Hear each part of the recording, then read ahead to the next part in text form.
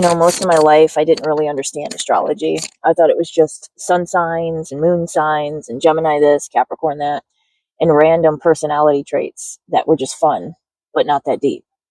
But the more I healed and the more I woke up and the more I paid attention to my own patterns, the harder it became to ignore the precision. Astrology wasn't just kind of accurate. It was matching my actual life, my life experiences, my struggles, my gifts, my timing, my relationships, everything.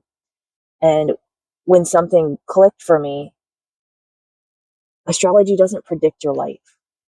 It reveals the code that you walked in with. It's like the operating system running in the background of your reality. So today I'm breaking down in a very grounded and real, logical way, without the fluff, showing you how astrology fits into something much, much, much bigger, your sacred scroll. So why is astrology so accurate? Here's a simple explanation. When you take your first breath, the sky creates an energetic imprint. Not a magical sense, but a frequency sense. In a pattern, vibrational, mathematical sense. And everything in the universe operates on cycles and energy. Planets emit energy, your body receives energy. Your psyche responds to patterns. And your birth chart is basically your energetic blueprint, the pattern you incarnated with. That's why astrology is so accurate.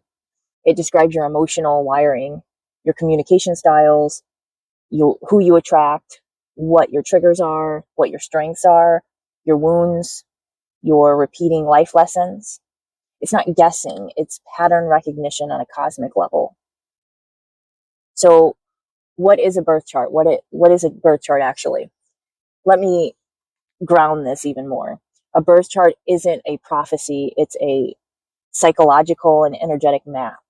And here's how it works. The planets are archetypes, and they represent impulses, drives, instincts, and lessons.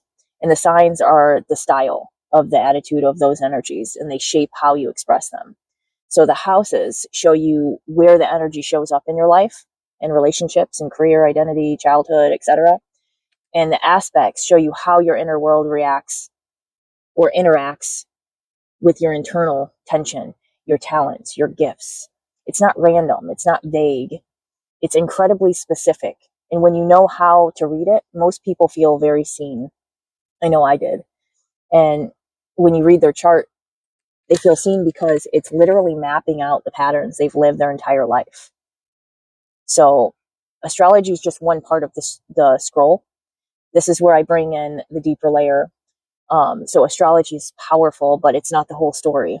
The sacred scroll includes your chart, your numerology, your name, your vibration, your karmic threads, your past life memory, your lineage, your destiny cycles, your soul agreements and contracts, your gifts and lessons, and your twin flame or soul connections like soulmates, and also your lived experiences. Astrology gives the structure. The scroll gives the meaning. So astrology is the map, and the scroll is the mission behind the map.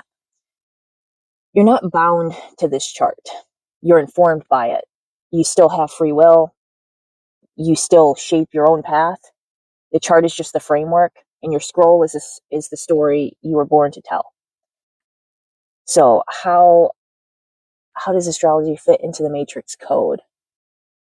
So reality operates on patterns, cycles, mathematics, rhythm. Astrology is just the visible part of those cycles.